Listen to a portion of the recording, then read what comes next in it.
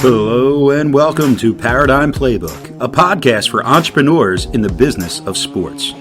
Your hosts, Dave Kozak and Steve Cook, are business owners, successful entrepreneurs, sports enthusiasts, avid readers, and longtime friends. For years, they've read every business book on the market and built successful companies with what they've learned. This podcast will give you the critical takeaways in just 15 minutes a week. It's a quick and easy playbook for building a winning sports business. And now, here are your hosts, Dave and Steve. Are you ready to learn and discover new ideas? We want to hear from you. Share your questions, thoughts, and ideas for the Paradigm Playbook podcast. We value your input and want to create episodes that match your interests. Leave a comment or send us an email at playbook@paradigmplaybook.com. Hey, everybody. Welcome back to Paradigm Playbooks podcast. I'm your host, Dave Kozak, alongside my co-host, Mr. Steve Cook. Morning, David. Morning, sir. And as always, we have our producer, Niall, on the horn. Niall, good to see you. Morning, everybody. All right. Today's discussion is habits. And this kind of comes from a progression of the most recent conversations we've been having, which was delegation, leadership. We had scheduling, hiring, firing, time management. We've been down it. And so I think it all culminates with habits, right? And you could make an argument that a habit is a piece of any of the previous conversations, but in its own right, habits are necessary to discuss, develop, and implement. Yeah, the discussion culminates in habits, but all the other discussions start with a habit. Yeah. So I think the key is identifying a habit and then how do you implement them? So let's start with, what is a habit? Yeah.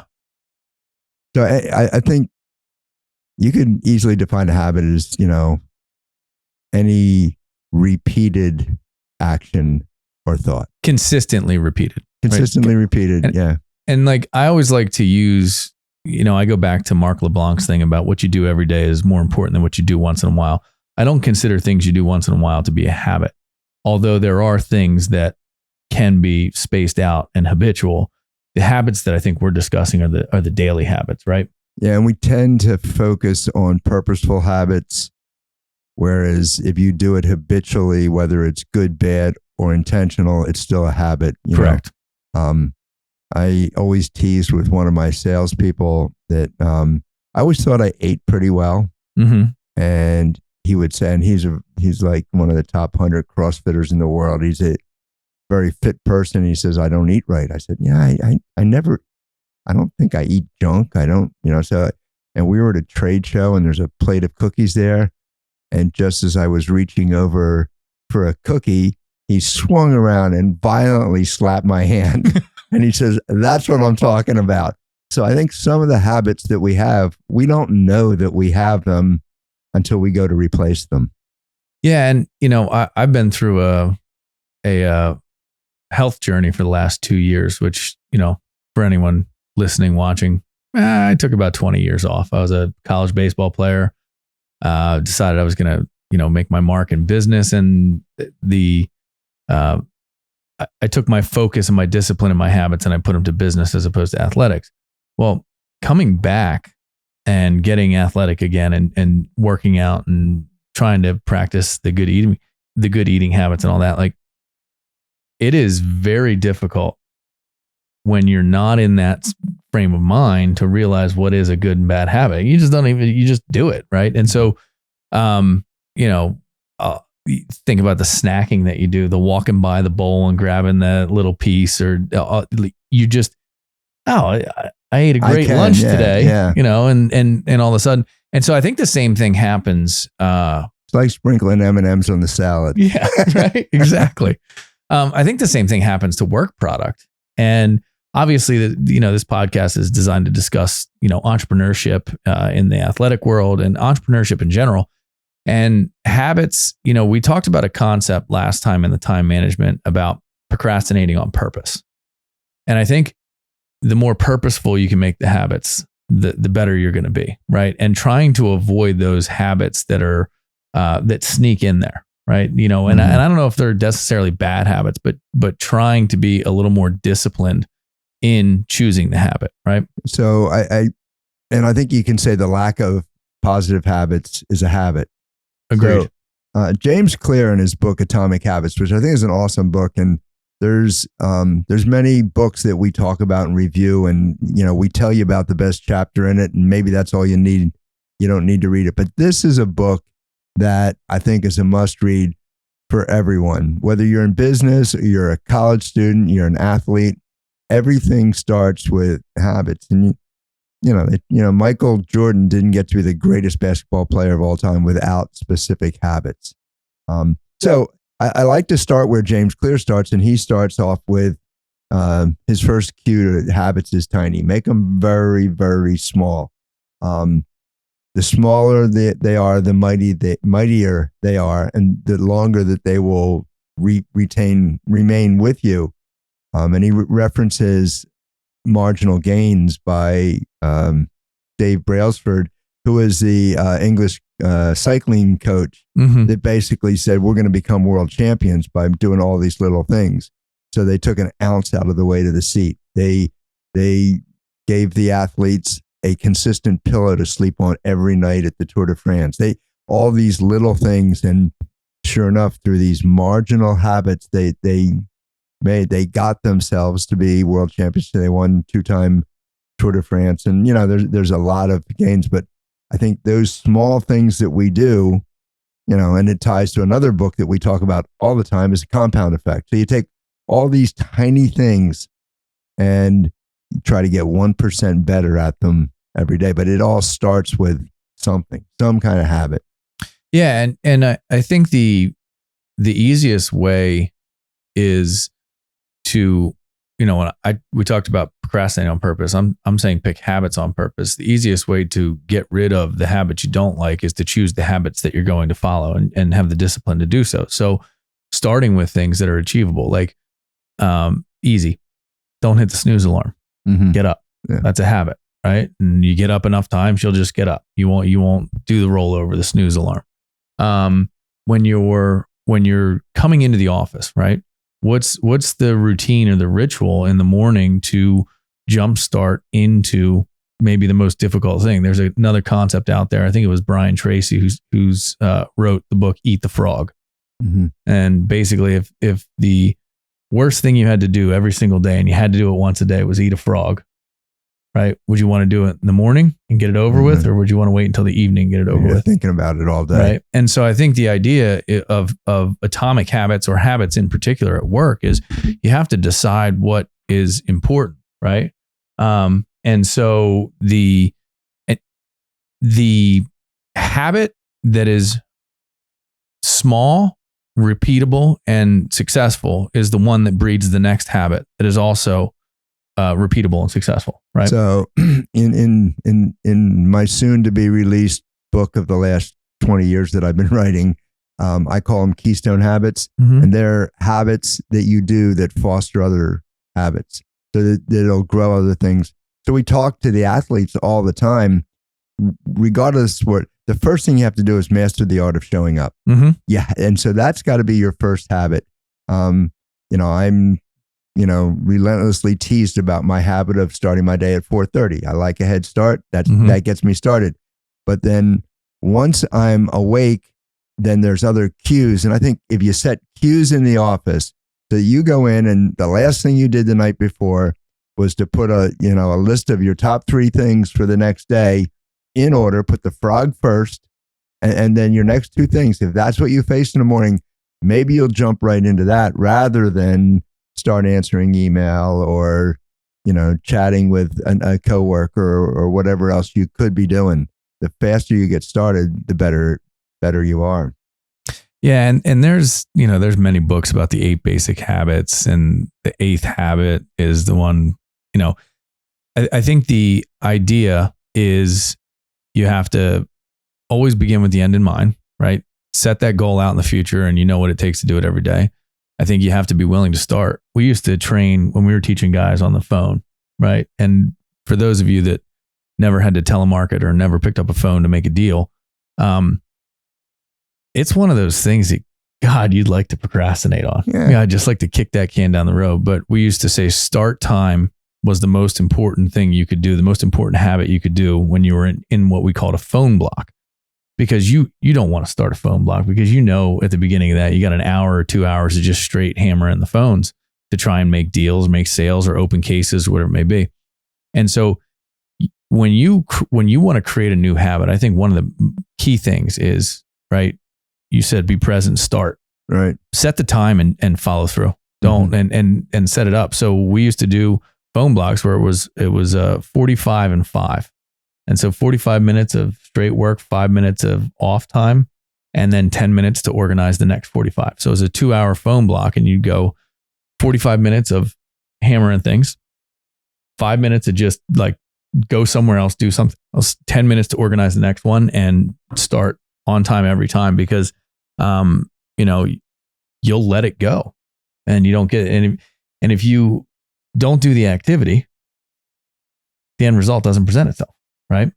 Yeah, I think if you break down any activity into component parts, in sales, you make so many phone calls a month, you're making outgoing calls.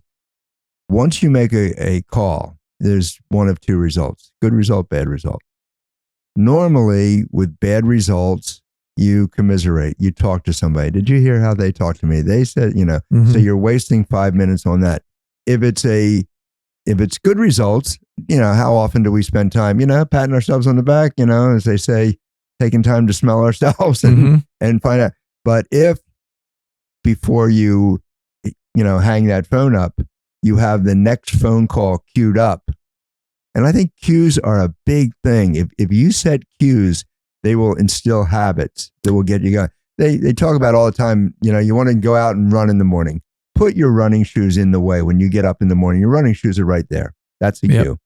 Well, and I call them triggers. Cues, triggers, same things. Right, yeah. And as Steve, you've mentioned before, I'm very big in processes. And so the habit of following through a process is to have the trigger effects built into the process. So here's how I started it. Oh, this is the next thing. This is the next thing. And each thing triggers another thing. And when you can create that, you take away you kind of take the thought out of it, and you just have to follow through on it, right? It's just a natural progression of things. And I think that's the best way to create habits. So what, Steve, in your opinion, how do you formulate a habit and then get it to stick? What's the key there? Are you ready to learn and discover new ideas? We want to hear from you. Share your questions, thoughts, and ideas for the Paradigm Playbook podcast. We value your input and want to create episodes that match your interests. Leave a comment or send us an email at playbook@paradigmplaybook.com. So I really wish I had a lot of original ideas, but most of my ideas are stolen. So I'm going to steal another one here.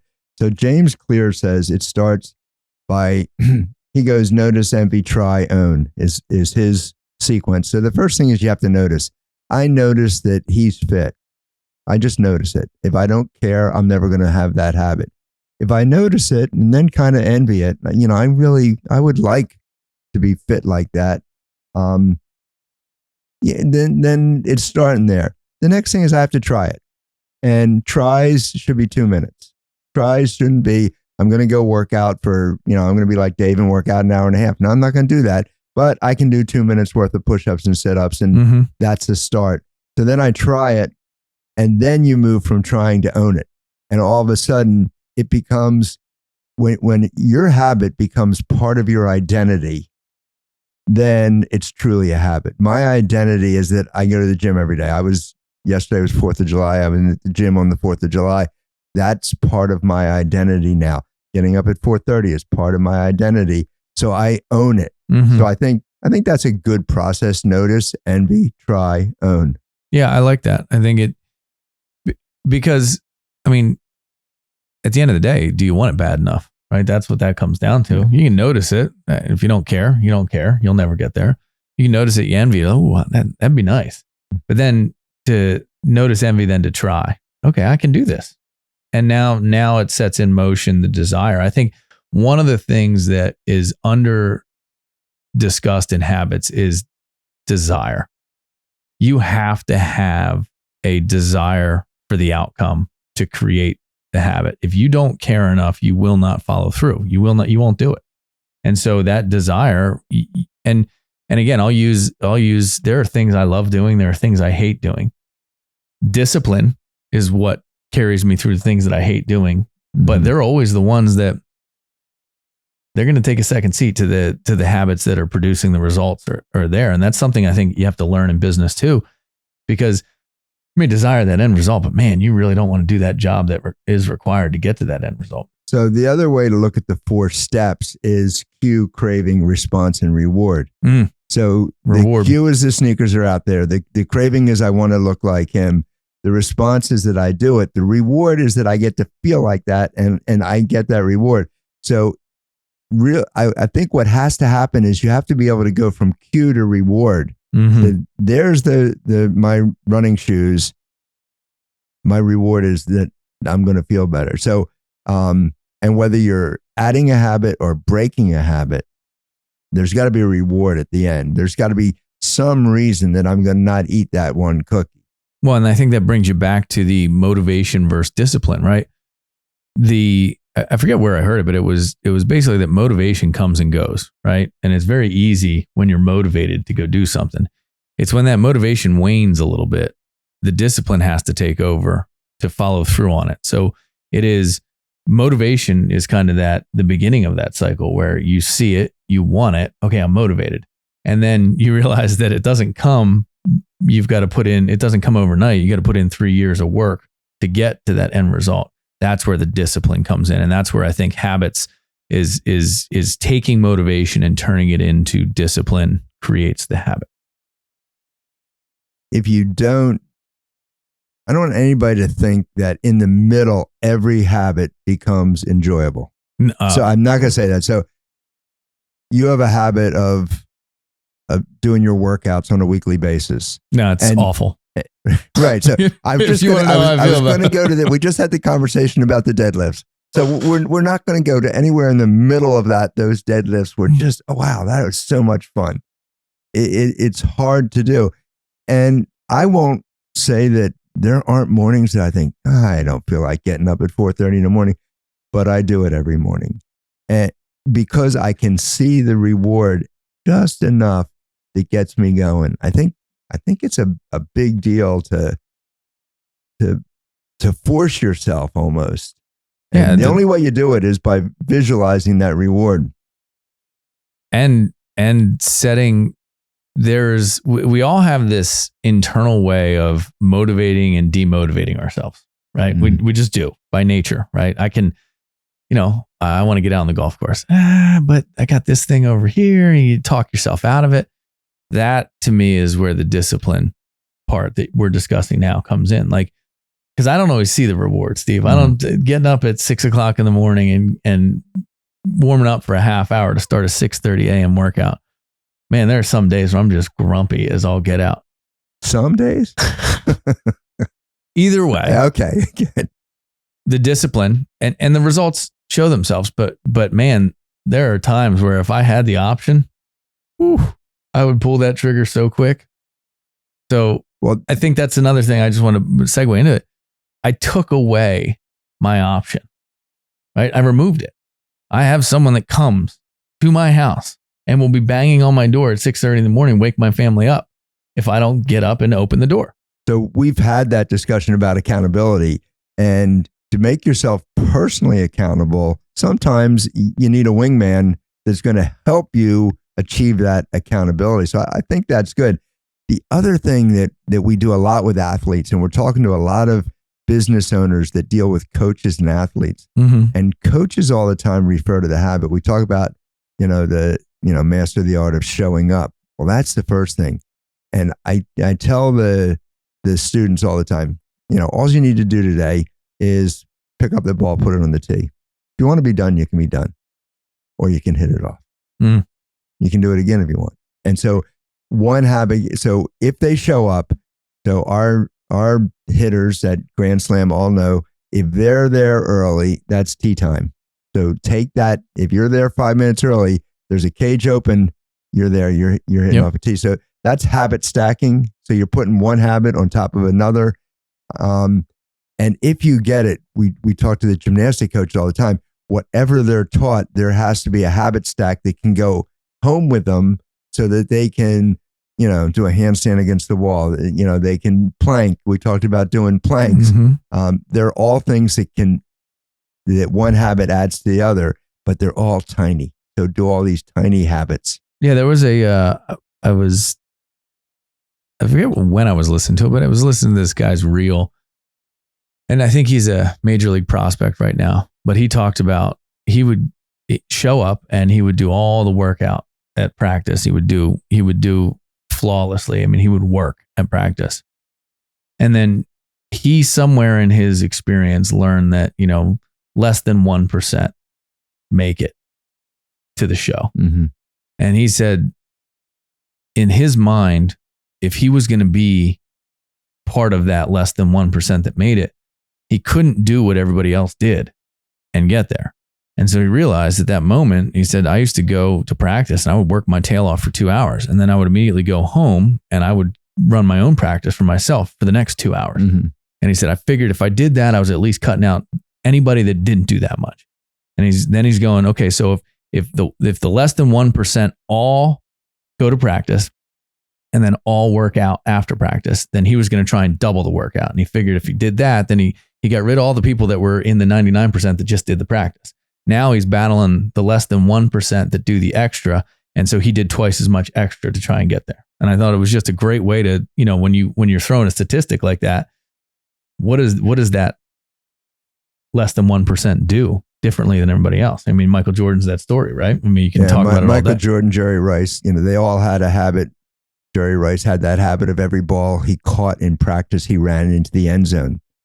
And, his reasoning is, that's my goal. Why wouldn't I do that? Yeah. So I think we're going to get into a little bit about growing business and prospecting for growth and things like that, which I think will become a habit also. And if it's not, so whether you're marketing and sales in your business or prospecting, if they're not habits, they're too easy to put off.